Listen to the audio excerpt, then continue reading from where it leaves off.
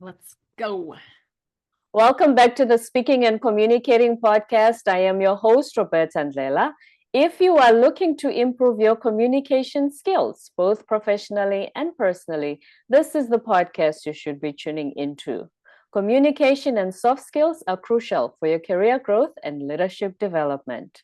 And by the end of this episode, please log on to Apple and Spotify and leave us a rating and a review. Now, let's get communicating with my guest, who is a perfect fit for the show. She is an engineer turned career coach for engineers, and she has coding experience of over 10 years and now coaches her clients from various backgrounds in order to communicate if they want to change their careers and how to upskill themselves and so much more. And before I go any further, please help me welcome her to the show. Hi, Dagna. Hey, Roberta. Thanks so much for having me here. I am super excited to be a guest on your podcast. And I'm super excited that you are here. You're welcome. I said you're a perfect fit because even though I'm not an engineer by trade, but I worked with them for so long. And one of the reasons I started the podcast, which we'll get into. But before we do that, please introduce yourself. Tell everyone where you are and your background. Yes. Hi, everyone listening. My name's Dagna Bieda, and I'm an engineer turned career coach for engineers. And I'm the tough love kind of a coach because I've been in engineering shoes, so I exactly understand what it means on a day-to-day basis. And I've worked in multiple various environments, spanning across two different continents, going from creating LT networks in C++ through a distributed web app in Ruby on Rails, through mobile app development in Swift and Java and Kotlin. And my clients have also various and very diverse backgrounds, coming to me from small startups as well, as much as FAANG plus companies, and with the experience ranging from like 5 years to 20 plus years in their programming career. The reason they come to me is because they typically find themselves stuck in their career or at a crossroads in their professional life and not sure how to move forward, how to get past that obstacle. And a lot of the times I find that the communication is one of the issues. So I'm super pumped to be here and talk to you about it. At this point in time, I'm located in Charlotte, North Carolina, but originally I'm from Poland. And one of the things that can affect your communication is, for example, coming from or growing up in a culturally different setting than the one that's more prevalent or common in your work environment. So that's something that we Mm. could dive into as We well. will dive into so much more as I'm listening, but please carry on. Yes. But essentially, if you're an engineer and you feel stuck in your career and you've done so many things, but you feel solid about your technical foundation, just not know what to do next, I'm here for you. You can find me at my website. I'm sure that we'll share links at some point. Yes. But essentially, what I help my clients with is to reprogram their mind for success in their career. Because I like to say I moved from programming computers to reprogramming human minds, because that's what Mm-hmm. I do with my clients. Either way, it's programming. Yeah, absolutely. How did you get started? Of all the careers, why did you decide software engineering was the way to go for you? So actually, I studied control engineering and robotics. I wanted to build robots. I felt this was like the most futuristic thing I could think of to do when I was, say, 15 years old. And that's something that I was just interested in at a time. So I naturally followed my curiosity and I studied robotics. But then in my very first job, as I started building robots, in one of the projects that I was in, it's kind of European equivalent of the American DARPA program. We were creating a robot and working with several universities across the Europe. And so I realized that creating robots is actually very time consuming and kind of slow. And I was looking for speed, I was looking for impact. The robot that I had worked on wouldn't really make that much of an impact. I mean, in terms of, how many people would work with the robot, it would probably be just a few PhD students in the one of the universities that we were working with. And Mhm. so I kind of felt the speed wasn't my kind of speed. I wanted to grow rapidly and expand. And I also at a time in that point in my career fell in love. And people, when they're in love, they do crazy things. Oh, And yes. so I decided to move from Poland to United States, but I didn't make the move right away. And first, I wanted to just make sure that if I switch my career, I'll do something that will help me land well after I move to the United States to potentially be with the love of my life, which played out perfectly. We are still Wow. together, have some beautiful kids, a great house, and life panned out very well, even though it was a crazy move at a time. But when Mhm. I started thinking about making that move to United States to follow my heart, I also was very pragmatic. I knew that the amount of jobs that I could find would be much easier for me if I transitioned from being a robotics engineer to being a software engineer. Mhm. And, I studied programming in college. I had no choice. I absolutely hated programming at that point in time, but I had to do it, right? You have to program different parts of Right. the robot. And so it's just inescapable. And so whenever I made a transition, I started working at Nokia in their Wrocław office in Poland. Mhm. And so it's interesting because as I started my very first job as a software engineer, as a junior software engineer, the team that I've worked on completely changed my mind and my perspective about programming. And I fell in love with it, even though initially I absolutely hated it. So with my team, I was able to very quickly grow. And that allowed me to, once I moved to the States, easily find a new job here and continue to follow my passions. And as it turns out, I was also able to tap into that speed that I was looking for and Right. tap into that impact. Because in my last job, I worked on creating apps for parking and transit across multiple cities in US who are using the app that I've worked on. And at the click of a button, just deploying the app made it possible for millions of people to use what I've created. And that felt much more satisfying. Mhm. The impact, as you say. And then when it comes to in general, let's talk about the work environment first. So you went from hating it to, you say your teammates made you fall in love with it again. What were some of the things you feel they did to change your mind and love the software programming environment? It was the mindset and the understanding of what's really important. You see, in the academia setting, what I thought was important was solving complex and difficult problems, no matter how the code looked like. So a lot of the time, my code was mess, it was spaghetti. All I wanted it to do is just work without any thought being put into being able to maintain it or let alone like have someone else take over my code. Like they would not get any part of it. So my mindset as I was going through the university was like, okay, I just need to pass this assignment. I just need to write something that compiles, that works, that gets the job done without really putting any care or effort or emphasis on how it's written or thinking about what is going to happen when someone else comes into picture and has to now take care of the code that I've created. And so shifting that perspective and understanding that creating great code is about making sure it's easy to understand for other people, it's that it's maintainable, that what allowed me to shift my perspective and fall in love with the programming. Mhm. What were some of the differences in the work culture when you compare to the Polish work culture versus the US one? Yeah, so that was a big adjustment. I'm not gonna lie. So part of the reason is, in Poland, we are much more direct in our communication.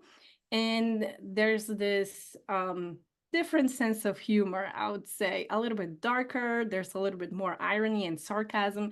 And when I moved to the States, I, kept on that Polish way of thinking and communicating. And a lot of the time it wasn't landing well. People would tell me, Dagna, why are you being so arrogant? Why are you so rude? My manager at one point told me that I come across as someone who's scary because I was always prepared. I always had an opinion, and I was coming across as too forceful because of the way I spoke, which came from, where I grew up from Poland. And so where it's perceived as you just being normal. for me, yeah. So Yeah. the interesting part about it is that because of my very direct communication, it held me back in my career because people did not want me to be their team lead, to be their manager, because they thought I was a mean person, Scary. you know? And because it was very nuanced, it wasn't very clear for me to see. It took a long time before I finally grasped, okay, this isn't working. I need to change my communication style instead of waiting for all my American colleagues to, all of a sudden download and adjust to this Polish way of thinking, right? I didn't understand for a long time that they grew up in a different setting. And so they had a different mindset around communicating. So there's a specific tool that I currently use with my clients to help shine the differences between the culture of origin, whether you immigrated from another country or you grew up in an immigrant family, and the culture of your workplace. It's called Hofstede models, and there's Yeah, 6 different Gertofstede. dimensions, and it's phenomenal in helping you understand how you think, which feels like, okay, if I think this way, probably everybody thinks that way, which is not true. And it helps you to really see those differences in a more concrete way, as opposed to something being nuanced and subtle. Like you can see very well those differences, and that will help you then make a choice whether you want to continue acting as you were or whether you want to change something. Can we ask for one example, if you remember any specific example where if you said something like that in Poland, it was normal and acceptable and nobody thought twice about it, versus in America, you came across as arrogant or scary, as they said? Any sort of sarcastic comment would fall into that category, really. So, because I know, I mean, I've met American friends who like sarcasm as well. Would you say that maybe it also depended on how familiar you were with the person? So at work, people didn't expect sarcasm at all, or were they sarcastic with each other if you were eavesdropping, but they felt like your sarcasm was a little too much? So for me specifically, my problem was more in a meeting setting or public setting than one-to-one conversation. When I had a conversation with someone one-on-one, it seemed as if they would get me better or understand me better. My message would come across better. But in a public setting, there was this one situation where the company that I worked for had to make a very difficult decision and let a lot of people go. And at the end of the day, there was all hands meeting. And, I raised my hand, I raised my concerns, I shared what I thought they didn't think through on how the layoffs would affect me in my engineering role. After that meeting, Roberta, can you believe one of the directors comes to me and he says, Dagna, why did you call our executive leadership team a bunch of idiots? Did you use those words? No, I did not, but that's how my message came across. I Huh. sounded harsh when I wanted to be direct. So bunch of idiots did not come out of your mouth verbatim, but that's how they received the message? That's how it was received. Exactly. And it was, imagine, it was a company-wide meeting. And this person comes to me and gives me that feedback. And that was really a turning point, because that's when I realized, okay, like it would have never occurred to me that I came across this harsh, that this could be interpreted as it would. Because at the end of the day, whenever we're communicating, it doesn't matter what your intention was, it matters what comes across How for I the recipient of your interpreted. words, right? Yes. When I was in South Korea, we used to talk about these nuances because we would teach English, but English also varies in meaning and interpretation based on the situation and the circumstance. And how do you teach those nuances to people who speak English as a second language? Because then, like you said, when they come to America or the UK, Australia, whatever it is, it's going to be interpreted differently. Oh, that's very true. I mean, part of it could be that I am in the south of United States, where people are considered to be more polite, right? Yeah. Rather, as opposed to being more from the If you were in northern New part, I York or the guess, Midwest, probably California even. Yeah. it would maybe come across different. But the point that I think it's really important here that I'm trying to make is to just have the awareness of how your message comes across, regardless of the context. And one way to get that understanding, get a deeper understanding here, is essentially by talking to your coworkers, to your peers. Like, let's say you're leading a meeting at work, right? Mm. It's a good habit to, after that meeting, ask a few people, hey, how do you think that came across? Like, if you know that coming too hot, too strong is something that you want to work on, it's impossible to improve on that without having that external feedback, because there's so many things that are hiding in your blind spot. Mm-hmm. To first of all have the initiative to take the initiative to ask how you are perceived and not just assume that they understood it the way you intended. And then secondly, I find this very interesting on you from your story that usually the avatar for an engineer are more the reserved personalities who literally have to be called out to say, Dagna, do you have something to say? Whereas you're the opposite. You speak up. So the way that Mm, I see it in the engineering industry, yes, you have those more junior engineers who tend to be passive communicators, right? And they have to literally be asked in order for them to step up and share something, right? It might even feel like you're pulling the tongue in order for them to like say something. But then on the other side of the spectrum, you have people who have a good amount of experience under their belt. And when that situation happened, I was a senior engineer. It was further in my career. I felt very confident in my abilities. My technical foundation was strong.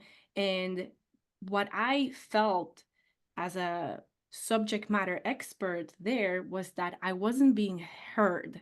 Even though I knew I had value to add, I was getting frustrated because I felt that what I was trying to communicate was falling on deaf ears. There was a moment, I'm going to be completely honest with you here, Roberta, that mm, I thought that some people that I'm working with are maybe incompetent because I'm really trying hard and they're not hearing me out. But the reality is, because I was coming across as a very aggressive communicator, they had to raise their psychological defenses and were not able to hear me out, right? They were getting into this fight or flight response because of my communication skills. And I can see it in hindsight. It wasn't mm. clear back then, but I can clearly see it now. And if it wasn't for that feedback, Dagna, why did you call our executives a bunch of idiots? I Imagine. probably wouldn't have worked on those skills. Mm. And as you said, especially when we started, you said they even used the adjective scary to describe you. If something is scary, we do become defensive. We get withdrawn. You step back from the situation and you're like, when she comes down the hallway, I'm going the other direction. Like Yeah. Meryl Streep when the devil was Prada starts. Yes. You And know what I mean? this kind of strain that aggressive communicators put on their relationships with others holds them back. Because who wants you to be their team lead if they think you're scary, if they think you're mean, if they think you're not going to be supportive, right? And Mm. so, creating safe space for others in a conversation is what's critical and something that I was missing out on for a long time in my career. I'm about to ask, you said you had a senior position, so you did lead some team members. So I was a senior software engineer. I didn't manage anyone Oh, under okay. me. I did mentor younger, more junior engineers, but I didn't had any managerial responsibility or formal leadership responsibility. The kind of leadership that I displayed towards the end of my time in that particular role was when the company acquired another company, and it was really hard for some folks from the company that has been acquired to navigate the situation. And so the title, well, it was kind of unofficial title, but they did ask me, because at that point my communication skills were much better, to be a sort of change champion. That's how it was called. Be Mm. the kind of person that makes it easier for others to kind of go through that transition, but it was without any like formal leadership role, if that makes sense. Right. And I mean, it did bring about a potential for a promotion. In fact, I was offered a promotion the day that I came into the office to put in my resignation because I decided to become a coach. Which is great for your clients. But yeah, I find that interesting, especially looking back. If I were an engineer and I needed help with my career, one of the main reasons I will enlist your help as my coach is you just have this running theme of awareness, of self-awareness, of reflecting, because I think a lot of professionals, even leaders, they struggle with that. That's why when a coach comes to the office and says, here's what I did a survey with your team, and here's what they think. Let me see what you think about yours. Oh, you scored yourself 90%, your team thinks you 30% in your leadership. That lack of awareness. But I find that each time something happens, you reflect. Is there a reason you've always had that about you? Thank you really for pointing this out, Roberta. And I mean, in fact, my business, it's called The Mindful Dev because mindfulness is at the core of what I do. So at the beginning, I've shared with you that I moved from programming computers to reprogramming human minds, right? Mm. And so similarly to reprogramming human mind, whenever you're reprogramming an app or a computer, you have to know, first of all, what's not working and what it is that you're trying to fix. So in programming, we call that root cause analysis, right? Whenever you get a bug, you are diving into the code and you're trying to figure out, okay, why is this bug happening? What are the circumstances? Which lines of code? And in my book that I'm currently in the process of finishing up, I write how you can do the same in your mind, essentially in the legacy code of your mind. So, how do you analyze what's currently there using mindfulness, using awareness, doing some journaling practice, and how you use all that in order to change how that software is running, to change the outcomes that you're seeing in your life, to see the results. Any engineer will tell you it's not possible to fix an app if they don't know what's broken. Of And the course. same thing applies to our human mind. Mm-hmm. So when you left, you said you went to resign to start being a coach. Had you already spoken to some of the industry professionals, to some of the engineers to say, I've learned some things about what makes you get stuck in your career because I've been here, my experiences taught me this, and now I'm going to help guys like you with, Absolutely. okay, Yes. would you like to take us through how that happened? So what happened really was that I experienced burnout in fall of 2019, or that's when I became aware that I burned myself out. And in the midst of a burnout, I realized, okay, I need some help. Like I can no longer pretend that everything's going well for me when it's not. And I essentially got into talk therapy. And after talking with a professional who understood my situation, I was able to completely shift my perspective, change some beliefs that I had, and my life, step by step, slowly started improving. And I had this massive aha moment like, wow, just talking to someone can have such a massive impact on someone else's life. I want to do this and I can do this. And this is what I do as a coach, right? Mm. Because it felt so impactful. And remember, I've been chasing impact throughout my Impact has been career. the running theme, of course. And, Yes. you know, as I transitioned, it's not like I decided to become a coach and then I left my 9 to 5 and then became a coach. Not really. I was slowly working on being a coach as a side gig. First, starting with answering questions on Reddit, then getting free clients, then getting paid clients, but charging very little comparing to what I charge right now. Mm. And as I was coaching people, as I was able to get them results, that's how I created this confidence in myself. Like, okay, I can do this in my 9 to 5. Why am I now wasting time working for someone else when this is all I think about? This is what I dream about. This is what I really get excited about. Like, it's time to make that move. And I'm not going to lie, pandemic made it easier for me. I was Mm. holding back on making that shift because I was afraid of missing out, not being in the office, not being around people. But guess what? Pandemic made it so that I was already stuck in my house, already not being in contact with other human beings in the office. So I figured, well, the circumstances are the same and I have this confidence. So I'm not going to miss out on anything. Now's the best time. And that's when I made my switch, The pandemic did nudge a lot of us to take some chances, didn't it? Yes. didn't Yeah. it? Mm-hmm. And when you, as you said, then you started to coach clients, what would they come to you and say, Dagna, this is my problem? How would they define that? And the It was reason would they enlist your help?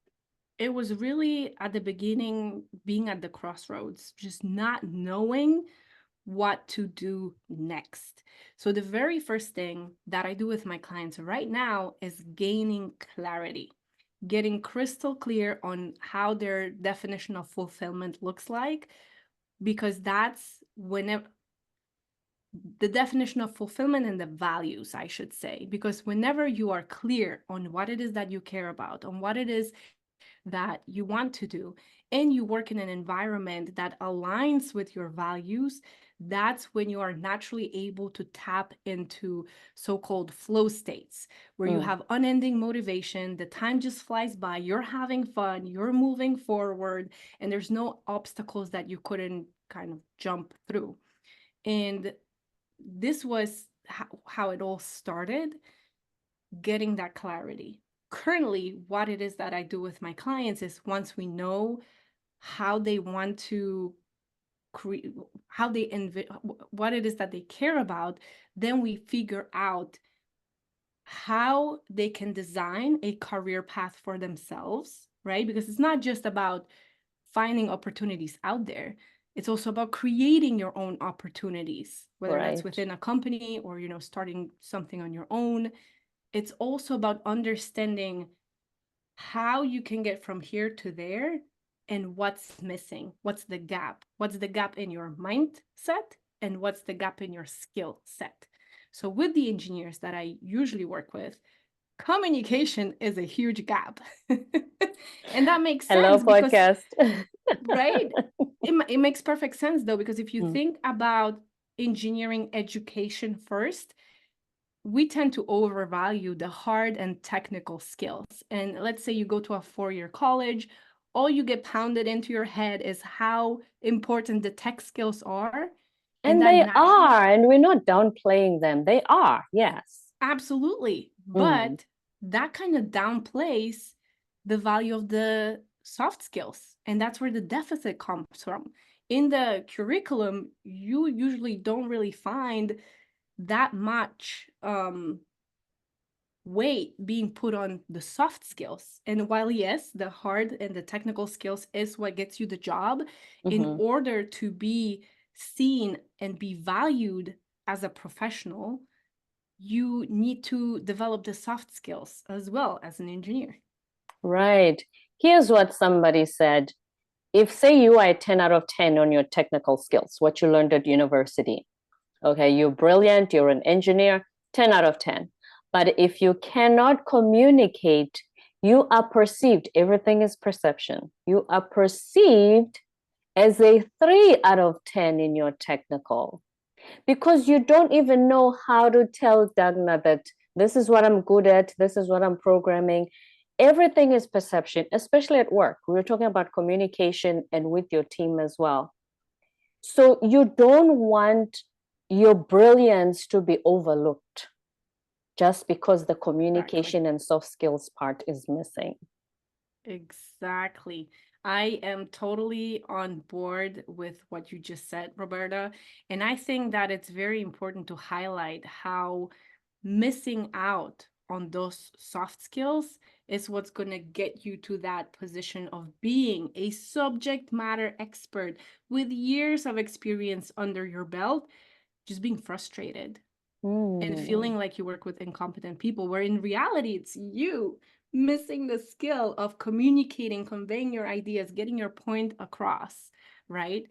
And that's super important. And I'm Mm. glad I can see that the perspective is shifting slowly because we have so many now engineers who are in that plateau where they have their technical expertise, they feel confident, yet someone less experienced or less knowledgeable or less confident gets promoted over their head, right? Or they're not getting that project that they wanted to work on because they Mm-hmm. couldn't market themselves and their skill set.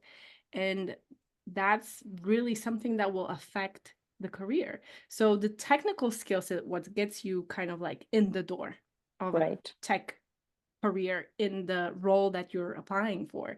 But the soft skills is what carries you through. Mm-hmm.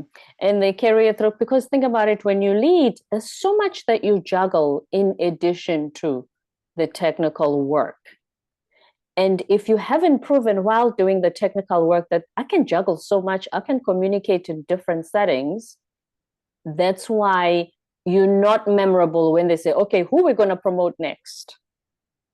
Yeah, absolutely.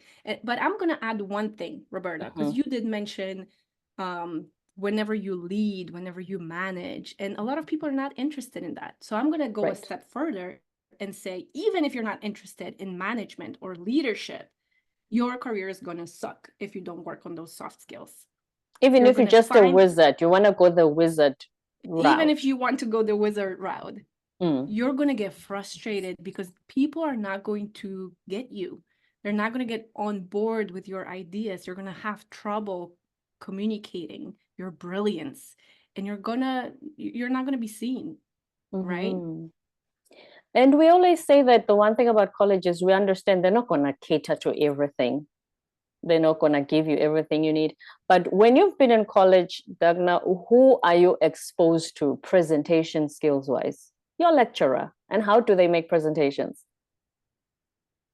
Yeah, usually it's not that great. They just say, okay, you're going to do your assignment on from page 200 to page 250 and submit it next week. You know, that's the only exposure you've had. So how will you know when you enter the job market how to make a brilliant presentation? Very well said. That's a great point.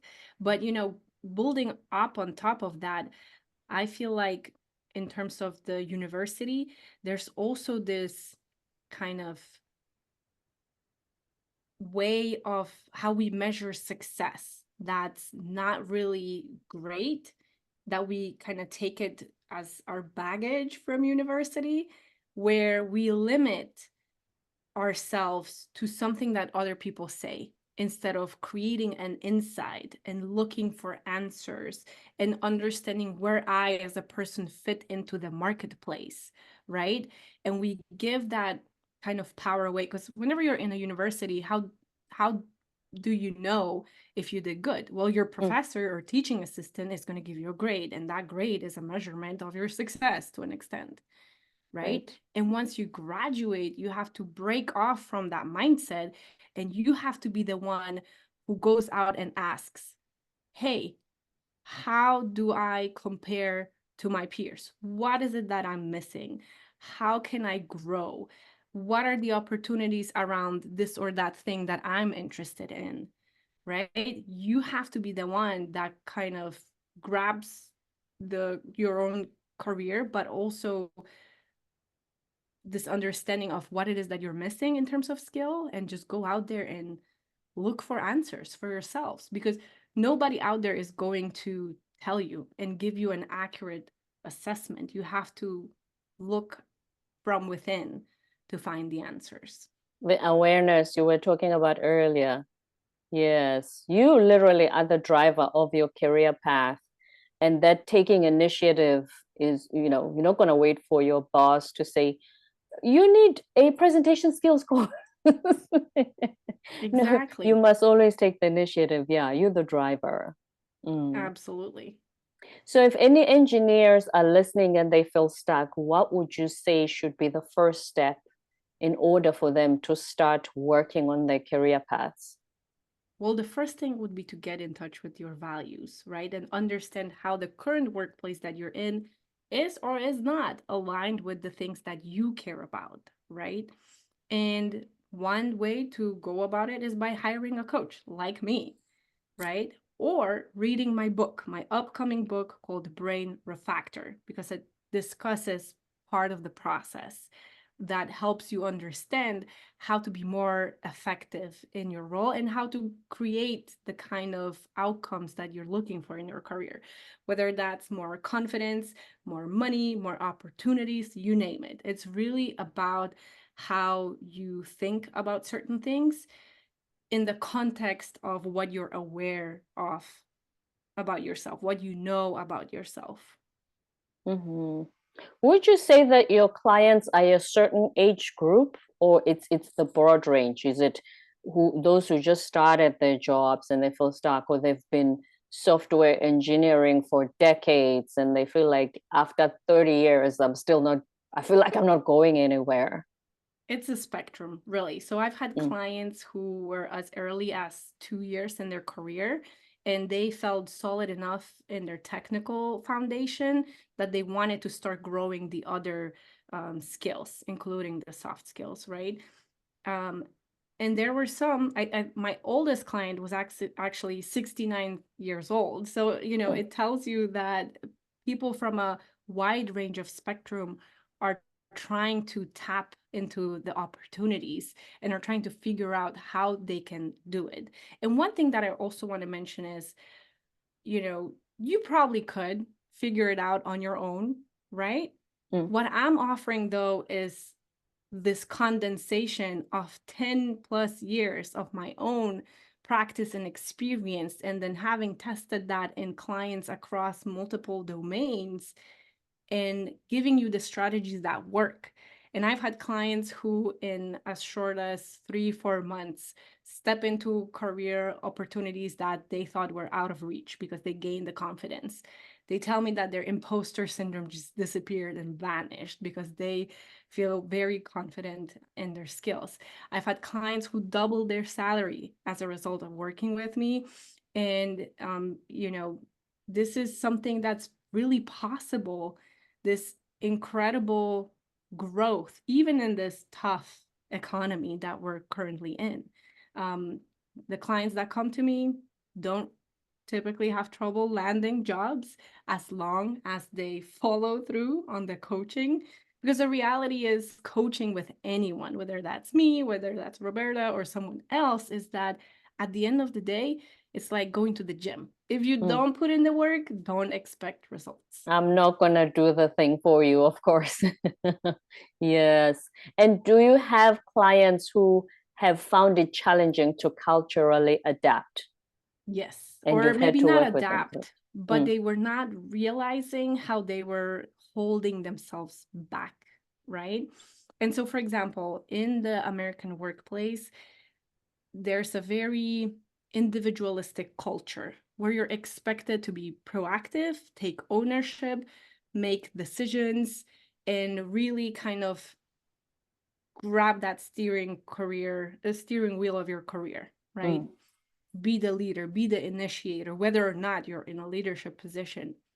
And especially for my clients who come from Asia, where the setting is more of a collaborative one, where you feel like a part of the team, a lot of them wait to kind of be given instruction, be told what to do, because that's a sign of respect in their Mm. culture, right? Yep, I remember. Mm. And so whenever we're able to kind of understand, okay, this is something that worked in my country of origin, but it's not really working here in the States, because engineers tend to have this belief my work speaks for itself, which it doesn't.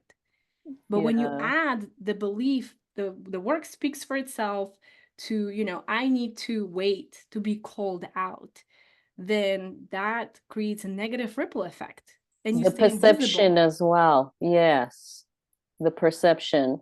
When your colleagues take initiative and you wait to be given instructions, so in that scenario, you see how the perception can fall negatively on your side.